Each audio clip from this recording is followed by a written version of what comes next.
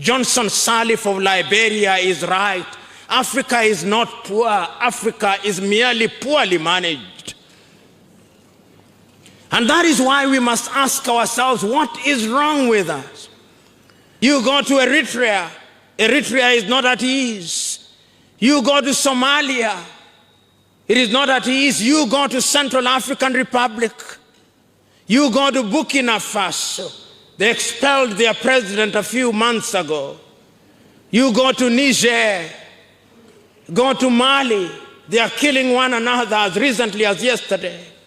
Go to Mauritania, go to Sierra Leone, they are not at ease. Go to the Gambia. There is a sense in which Africa needs to conduct her affairs differently. Writing in 1983, the famed Ghanaian writer Chinua Achebe writes of his own country, and he could well have been writing about Africa. He says, the trouble with Africa is simply and squarely a problem of leadership. And I dare add, there is also a problem of followership. Africans elect the leaders that they deserve.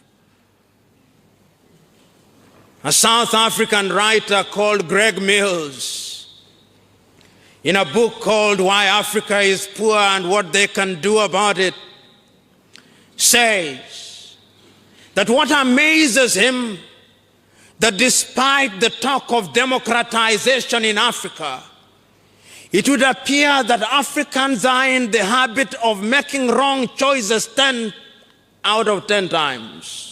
At that time, Leopold Sédar Senghor of Senegal, who can forget at that time Côte d'Ivoire's Félix Houphouët-Boigny, who can forget that there were leaders who may have been making mistakes, including the introduction of one-party states as a possible antidote to the African problem, but they meant well. But the body of Africa was cancerous. And no amount of political chemotherapy was going to cure this cancer. The cancer had spread too deep. And that is why, therefore, today I have said that there is need for the reawakening of African politics. Because what is happening in Africa today, perhaps if we took a mental survey of Africa, you will be able to agree with me that this particular argument is both timely and legitimate. Afford me a little luxury, if only to run across Africa, to identify for ourselves what is wrong with Africa today, and why our politics need to enjoy some newly introduced political hygiene. Look at Africa today. Look at Gabon. They have just been through an election, and they do not agree as to who has won and who has lost. In Africa, everybody wins the election. Look at Gabon. I want you to look at Zambia. They do not know who has lost and who has won. Who among you here will forget the madness of Jean Bedel Bokassa, who crowned himself an emperor? Who among you here can afford the luxury of forgetting such individuals? Who among you will forget the activities of Mengistu Haile Mariam in Ethiopia? Who among you can afford that luxury? Who among you here can afford to forget the activities of Hissène Habré in Chad? And the list is as long as your arm. African leaders were engaged in the kind of politics that was destructive of the continent. And African peoples were no longer enjoying their independence. Of a Westerner who said that Africa remains a scar on the conscience of humanity. We may think that that is not politically correct, but it is the truth as I speak to you. Today, if we continue with our survey of Africa, we'll have occasion during the other lectures to talk about the economy and unity, but let us focus on the politics of it. Look at Mozambique today.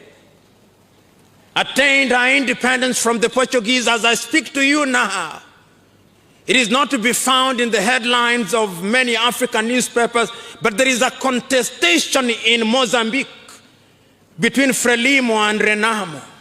The country is not at ease, yet they held an election.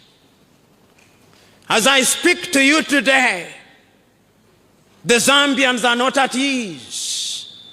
They may have sworn their president on Tuesday of last week, but the opposition are now taking the matter, as they say, to the United Nations. We are exporting our problems. Africa cannot solve our problems. If you look at Angola, they are in a state that the Portuguese describe as non guerra, non paz, no war and no peace. It is deceptive calm. You look at Equatorial Guinea, their politics is the kind of politics that does not allow people to express themselves. And as if Equatorial Guinea was not enough, you go to the Democratic Republic of Congo, the richest resource country in the world, yet one of the poorest countries in the world. They cannot hold an election. They say they have no money. You go to Burundi, it is the same thing. The Zambians are not at ease. And you can go to many countries. You can go to Uganda in the recent past, Kenya in the recent past. We as Africans have a problem.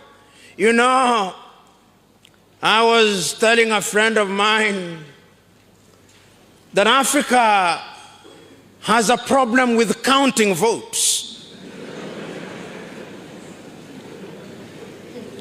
In other parts of the world, they can have voters in 50 million, in hundreds of millions, but in Africa, our voters never get past 10 million, but for some reason, when we are called upon to count our votes, we never can count the votes.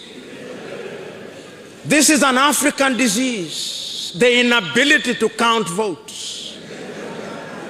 And in my view and in my submission, that inability and that inadequacy of Africa to count the votes is one of the problems why Africa must reorient and must reawaken in our politics. It is not lost on me that you Ghanaians will be going to the polls sometimes in the month of December. I pray and hope that you will be able to count your votes.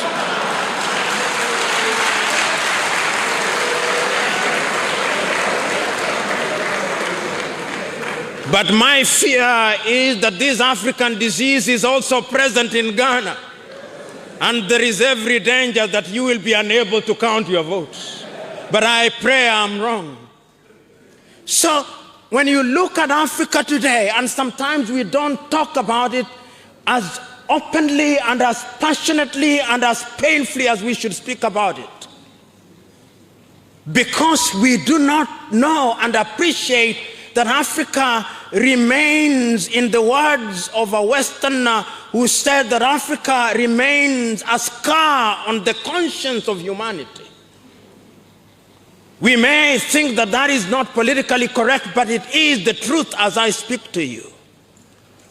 Today, if we continue with our survey of Africa, we'll have occasion during the other lectures to talk about the economy and unity, but let us focus on the politics of it. Look at Mozambique.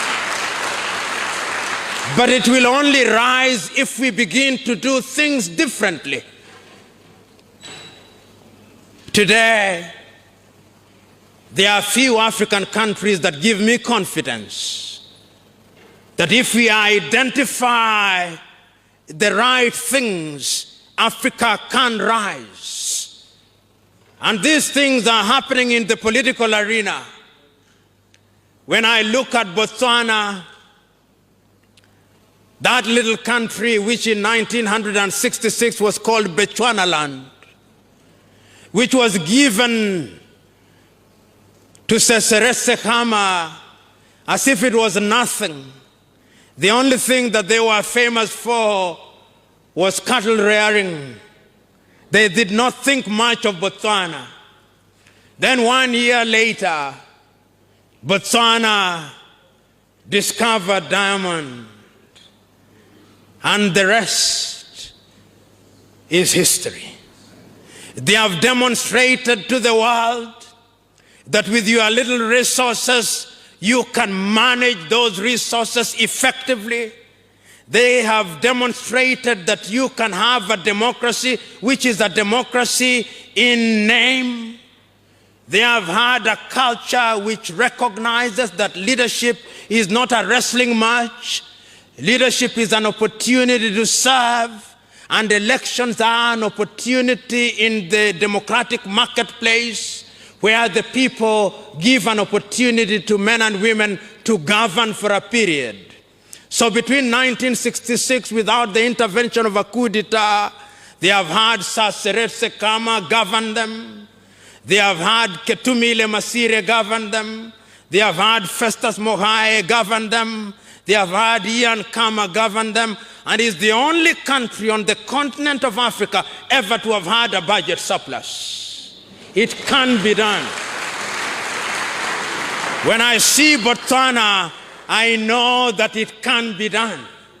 But it demonstrates that when you have the right politics and create the right environment, then you can see. And if you visit Botswana today, you are able to see. You don't need any explanation.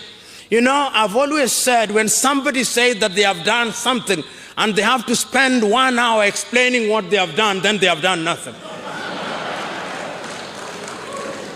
When you have done something, you shut up. The things that you have done speak for themselves.